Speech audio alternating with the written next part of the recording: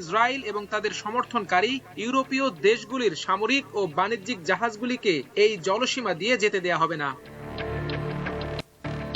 IRGC আরও বলেছে, আমরা আগে বলেছিলাম আন্তর্জাতিক আইন এবং রেজুলেশনের ভিত্তিতে যুদ্ধের সময় হরমুজ প্রণালী দিয়ে চলাচল নিয়ন্ত্রণ করার অধিকার ইসলামী প্রজাতন্ত্র ইরানের থাকবে। যদি তারা এই জলসীমায় প্রবেশ করে তবে অবশ্যই তাদের আঘাত করা হবে। এর আগে এক প্রতিবেদনে আল জাজিরা জানায়, জর্ডানের আকাবার উপর দিয়ে ইসরায়েলের দিকে ক্ষেপণাস্ত্র উঠছে।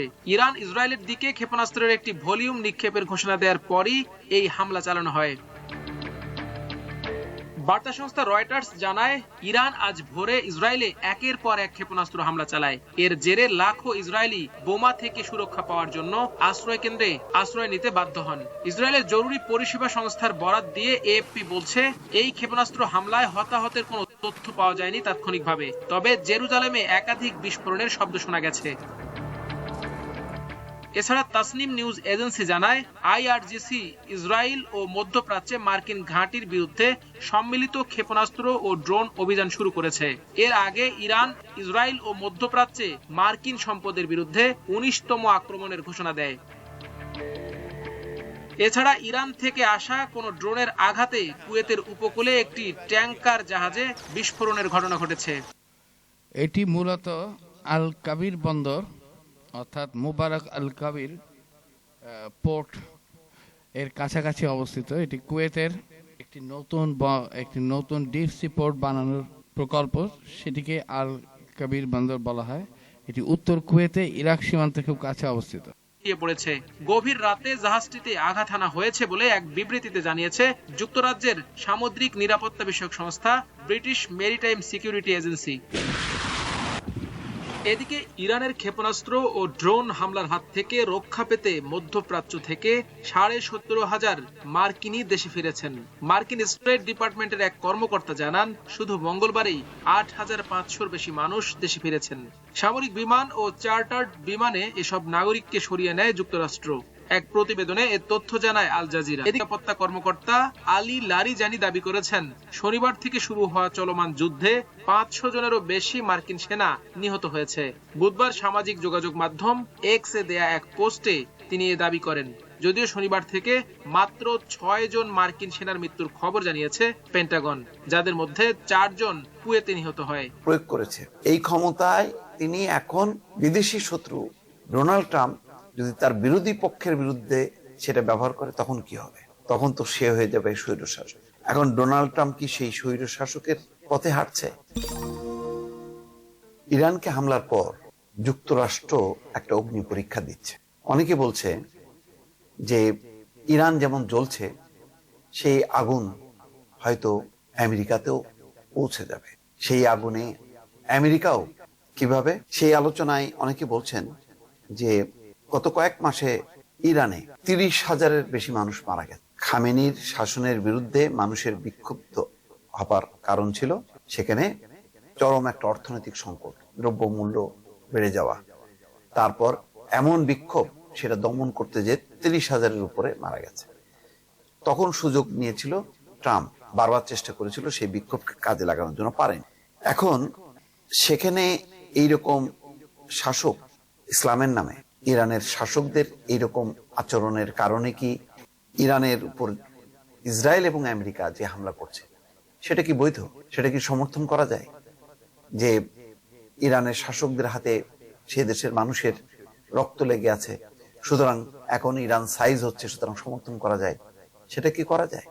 না দর্শক, করা যায় না। কেন করা যায় না?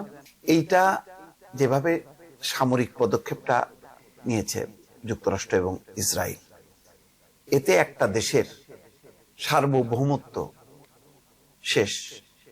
আন্তর্জাতিক আইন, তারপরে তার সীমা, সাংবিধানিক কর্তৃত্ব, একটা দেশের সার্বভৌমত্ব সবকিছু ধ্বংস করে দিচ্ছে। একটা দেশের আভ্যন্তরীণ সংকট, সেই সংকটের সমাধান অন্যরকম, কিন্তু তার মানে এই না যে অন্য একটা দেশ এসে আরেকটা দেশে বোমা হামলা চালাবে এবং হাজার হাজার মানুষকে তারা মৃত্যুর মুখে ঠেলে দেবে। সেই কাজটি করেছে যুক্তরাষ্ট্র। এবং এখানে বলা হচ্ছে যে আমেরিকান যারা বিশ্ব রাজনীতিতে নিজেদের আমেরিকার বন্ধু বলে মনে করে, তাদের শুধু আজকের খারাপ শত্রুকে আক্রান্ত দেখে খুশি হলে চলবে না, তাদের ভাবতে হবে আজ যে শক্তি ব্যবহার করা হচ্ছে কাল সেটা কার বিরুদ্ধে ব্যবহার হতে। অনেকে বলছে যে প্রেসিডেন্ট ডোনাল্ড ট্রাম্প এই যুদ্ধে জয়ী হবার মধ্য দিয়ে সে আভ্যন্তরীণ ভাবে আসলে জয়ী হতে চায়। সে এমন একটা শাসন ব্যবস্থা কায়েম করতে চায় এবং আমেরিকানদের কাছে তার ভাবমূর্তিকে এমন পর্যায়ে নিতে চায় যে আমেরিকা হচ্ছে ডোনাল্ড ট্রাম্পের উপর নির্ভরশীল, ডোনাল্ড ট্রাম্প ছাড়া আমেরিকা চলবে না, এমন একটা ধারায় নিয়ে যেতে চায়। এখানে বলা হচ্ছে যে প্রেসিডেন্ট তথ্য বা আইনের ধার ধারেন না, তার হাতে এই ক্ষমতা থাকলে বিষয়টি চিন্তার হয়ে দাঁড়ায়। ইরানের শাহেদ ড্রোনকে রীতিমতো ভয় পাচ্ছে আমেরিকা। যেভাবে স্বল্প মূল্যের এই ড্রোন একের পর এক মার্কিন লক্ষ্যবস্তুতে আঘাত করছে এবং মিলিয়ন মিলিয়ন ডলার মূল্যের ইন্টারসেপ্টর খরচ করছে, তাতে আমেরিকার কর্তা ব্যক্তিদের একে ভয় না পাওয়ার কোনো কারণ নেই। শুধু শাহেদ না, ফাত্তা-2 এবং খুররাম শহরের মতো মিসাইলগুলো রীতিমতো চিন্তার ভাঁজ ফেলছে আমেরিকানদের কপালে। খোদ মার্কিন প্রশাসনের উচ্চপদস্থ কর্মকর্তারাই স্বীকার করেছেন সব ড্রোন প্রতিহত করা অসম্ভব। ছিল রুদ্ধদ্বার ব্রিফিং। ট্রাম্প প্রশাসনের শীর্ষ কর্মকর্তারা আইন প্রণেতাদের সামনে স্বীকার করেছেন ইরানের শাহেদ আক্রমণাত্মক ড্রোন এখন বড় চ্যালেঞ্জ। মার্কিন প্রতিরক্ষা মন্ত্রী পিট হেগসেথ এবং জয়েন্ট চিফ অব স্টাফের চেয়ারম্যান জেনারেল ড্যান কেইনও স্বীকার করেছেন ড্রোনগুলো প্রত্যাশার চেয়ে বেশি কার্যকর এবং সবগুলো ঠেকানো অসম্ভব। প্রশ্ন হলো, শাহেদ ড্রোন নিয়ে কেন এত ভয়? ইরানের শাহেদ ড্রোন নিচু উচ্চতায় ও ধীর গতিতে উড়ে। এই লো এন্ড স্লো কৌশলী তাদের সবচেয়ে বড় শক্তি। ব্যালিস্টিক ক্ষেপণাস্ত্র উচ্চ গতিতে আসে এবং রাডারে ধরা পড়ে, কিন্তু শাহেদ ড্রোন রাডারের নিচ দিয়ে উড়ে গিয়ে লক্ষ্যবস্তুতে আঘাত হানে। মার্কিন সিনেটর মার্ক কেলি স্পষ্ট করে বলেছেন, ইরান বিপুল সংখ্যায় ড্রোন ও ক্ষেপণাস্ত্র তৈরি করতে পারে, এক সময় এটা গাণিতিক সমস্যায় পরিণত হবে। অর্থাৎ ইন্টারসেপ্টরের সংখ্যা সীমিত, কিন্তু ইরানের ড্রোনের ঢল অব্যাহত। শাহেদ ড্রোন তুলনামূলক সস্তা, দ্রুত তৈরি করা যায় এবং একসঙ্গে শত শত উৎক্ষেপণ সম্ভব। এটি স্যাচুরেশন অ্যাটাক কৌশল, অর্থাৎ এক যুগে এত বেশি হামলা যাতে প্রতিরক্ষা ব্যবস্থা ভেঙে পড়ে। ইরানের ধারাবাহিক ড্রোন ও ক্ষেপণাস্ত্র হামলা আমেরিকার সামরিক লক্ষ্য অর্জনের সক্ষমতাকে স্পষ্টভাবে চ্যালেঞ্জ করছে। পশ্চিম এশিয়ায় মার্কিন ঘাঁটি ও মিত্র রাষ্ট্রগুলোর উপর বাড়ছে চাপ। শুধু শাহেদ ড্রোন নয়, আতঙ্কের আরেক নাম ফাত্তা-2 মিসাইল। ফাত্তা-2 একটি হাইপারসনিক গ্লাইড ভেহিকল, যা বর্তমান আকাশ প্রতিরক্ষা ব্যবস্থার জন্য বাস্তব চ্যালেঞ্জ। এই ক্ষেপণাস্ত্রের গতি শব্দের গতির চেয়েও কয়েক গুণ বেশি। মাঝপথে গতিপথ বদলাতে পারে এই ক্ষেপণাস্ত্র, যা প্রচলিত অ্যান্টি মিসাইল সিস্টেমকে বিভ্রান্ত না করে। মার্কিন প্যাট্রিয়ট এমনকি ইসরায়েলের আয়রন ড্রোম মূলত ব্যালিস্টিক বা রকেট হুমকির জন্য ডিজাইন করা, কিন্তু হাইপারসনিক গ্লাইড ভেহিকল একেবারেই ভিন্ন মাত্রার প্রযুক্তি। ইরানের তাণ্ডবে নাকানি চুবানি খাচ্ছে ইসরায়েল আমেরিকা জোট। তেল আবিব থেকে শুরু করে আল কুদস, এমনকি উপসাগরীয় অঞ্চলে মার্কিন নৌবাহিনীর বিমানবাহী রণতরী ইউএস আব্রাহাম লিঙ্কনকেও লক্ষ্য করে হামলা করছে ইরান। আব্দুল্লাহ আল মারুফ, ৭১।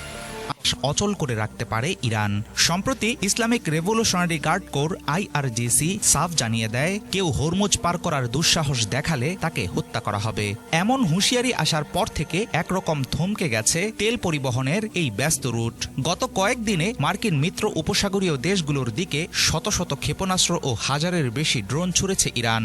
আর এই সংঘাতের জেরে এর মধ্যেই অস্থির হয়ে উঠেছে আন্তর্জাতিক জ্বালানি বাজার। অপরিশোধিত তেলের দাম ব্যারেল প্রতি 12 থেকে 13% বেড়ে $82 পৌঁছেছে। যুদ্ধ দীর্ঘস্থায়ী হলে যুক্তরাষ্ট্রে ব্যারেল প্রতি $200 ঠেকতে পারে তেলের মূল্য। তাহের তুলনায় দ্বিগুণ হয়েছে তেল পরিবহনকারী সুপার ট্যাঙ্কারের ভাড়া। এমন চলতে থাকলে অচিরেই তেলই হয়ে উঠবে সবচেয়ে শক্তিশালী অস্ত্র। হরমুজ প্রণালীকে কেন্দ্র করে দ্রুত সংকটময় হয়ে উঠছে পরিস্থিতি। ইরান ও ওমানের মাঝখানে অবস্থিত মাত্র 40 কিলোমিটারের সংকীর্ণ সমুদ্র পথ দিয়ে আনা নেওয়া করা হয় বিশ্বের প্রায় 5 ভাগের 1 ভাগ অপরিশোধিত তেল ও তরল প্রাকৃতিক গ্যাস। সাম্প্রতিক সংঘাতে একাধিক জাহাজ ক্ষতিগ্রস্ত হওয়ার পর গুরুত্বপূর্ণ এই নৌপথে জলযান চলাচল প্রায় থেমে গেছে।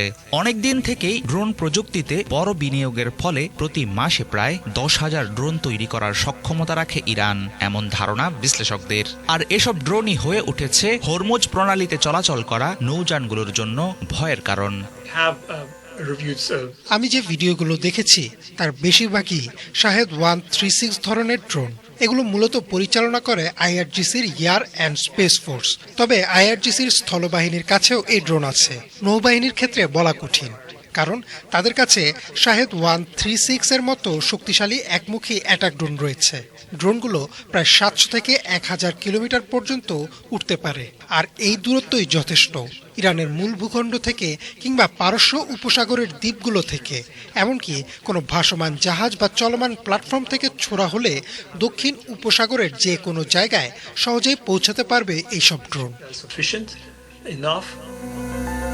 পারস্য উপসাগর ও আশেপাশের অঞ্চলগুলোতে নিজেদের প্রভাব বজায় রাখতে বহুদিন ধরেই হরমুজ প্রণালীকে ব্যবহার করে আসছে ইরান। এখনও এই পথের নিয়ন্ত্রণ পুরোপুরি তেহরানের হাতেই আছে। এই জলপথ দিয়ে প্রতি মাসে যাতায়াত করে 3000-এর বেশি জ্বালানি বহনকারী জাহাজ। এসব নৌযান থামাতে ফাস্ট অ্যাটাক বোট ও সামুদ্রিক মাইন কাজে লাগাতে পারে ইরান। বিশ্লেষকদের ধারণা, তেহরানের অস্ত্র ভাণ্ডারে রয়েছে 5 থেকে 6000-এর মতো সি মাইন। বর্তমান যুদ্ধ দীর্ঘায়িত হলে এই গুরুত্বপূর্ণ জ্বালানি করিডোরকে পুরোপুরি অচল করে দিতে পারে ইরান। দ্রুতগামী ক্ষেপণাস্ত্রবাহী নৌযান, বিশেষ অ্যাটাকশিপ, অ্যান্টিশিপ নেভাল মাইন, সাবমেরিন ও ড্রোন ব্যবহার করে মাত্র কয়েক মিনিটে হরমুজ পাড়ি দেওয়া যে কোনো ট্যাঙ্কার থামিয়ে দিতে পারবে ইরানের নৌবাহিনী। সব মিলিয়ে হরমুজ প্রণালী হয়ে উঠেছে জ্বালানি বাজারের জন্য অব্যর্থ এক মরণ ফাঁদ। আরব সাগরে ভাসছিল মার্কিন যুক্তরাষ্ট্রের আর্লে বার্গ ক্লাস যুদ্ধ জাহাজ। ছবিতে দেখা যাচ্ছে আগুন ধরে দাউ দাউ করে জ্বলছে জাহাজটি। জানা গেছে ইরানি মিসাইলের আঘাতেই এই হাল হয়েছে আমেরিকান যুদ্ধ জাহাজের। শিয়া বাটার ও ভিটামিনে সমৃদ্ধ লিলি বিউটি টুকিওভাবে ছড়িয়ে পড়েছে উন্মুক্ত জলসীমায়। আইআরজিসিও দিয়েছে চাঞ্চল্যকর এই তথ্য। মার্কিন destroyer ধ্বংসে Iran ছুড়েছে Ghadar 380 ballistic missile. এর পাশাপাশি সেখানে ছুড়েছে তালাই ক্রুজ মিসাইল। ইরানের সীমান্ত থেকে 600 কিলোমিটার দূরে ডেস্ট্রয়ারটিতে জ্বালানি ভরার সময় আরও একটি আমেরিকান ট্যাঙ্কারে আঘাত হানে ইরানি ক্রুজ মিসাইল। দুই জাহাজেই তুমুল গুলিবর্ষণ করেছে তেহরান। হরমুজ প্রণালী বন্ধ থাকায় বৈশ্বিক তেলের বাজারেও উত্তাপ। ইরানের সতর্কতা উপেক্ষা করায় 10টিরও বেশি তেল ট্যাঙ্কারে আঘাত করেছে তেহরান। আইআরজিসি ইরানের গদর 380 জাহাজ বিধ্বংসী ক্রুজ মিসাইল উন্নত নৌ প্রতিরক্ষা নেটওয়ার্ক ভেদ করে শত্রু যুদ্ধ জাহাজের জন্য নরক তৈরিতে সক্ষম।